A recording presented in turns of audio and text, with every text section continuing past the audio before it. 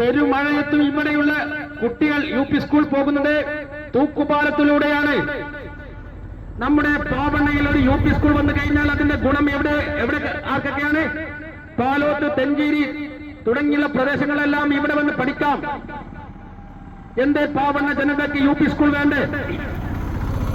പാവണ്ണ ജനതയ്ക്ക് UP. School വേണ്ടേ? ഒരു നാടിന്റെ നട്ടല് എന്ന് പറയുന്നത് അവിടെയുള്ള യുവതലമുറയാണ്.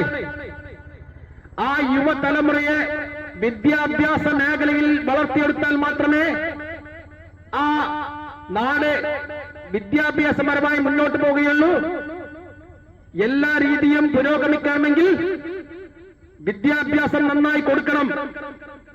എന്തുകൊണ്ട് പാവണ്ണയിൽ ഒരു യു.പി. സ്കൂൾ ഇതുവരെയും കൊണ്ടുവന്നിട്ടില്ല? ഇതിനെല്ലാം നിങ്ങൾ മറുപടി പറയേണ്ടതുണ്ട്. നിങ്ങൾ ഇതിന് ഉത്തരം പറയണം.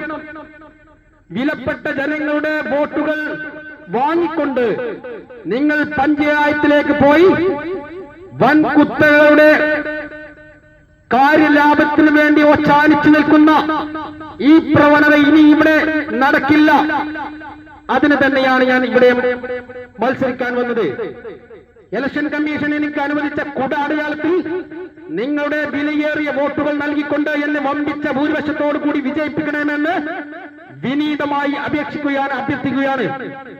ഇതിൽ ഏറ്റവും ഗൗരവമായ വിഷയം ഇതൊന്നല്ല കേട്ടോ. ഗൗരവമായ വിഷയം ഇവിടെ ഗൗരവമായ വിഷയം ഇടതുപക്ഷ സ്ഥാനാർത്ഥി ഇവിടെ ജനിച്ചു പോയി കഴിഞ്ഞാൽ വമ്പൻ കോറി വരുന്നു.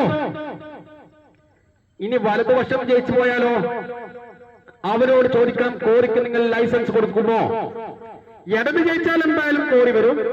വലത് ജയിച്ചാൽ അവരോട് ചോദിക്കാം, നിങ്ങൾ ലൈസൻസ് കൊടുക്കുമോ? എല്ലാ പേപ്പറുകളും ക്ലിയർ ആയിക്കൊണ്ടിരിക്കുന്നു. ഇനി വാർഡ് മെമ്പറുടെ ഒപ്പം അതേപോലെ തന്നെ ബോർഡ് മീറ്റിംഗും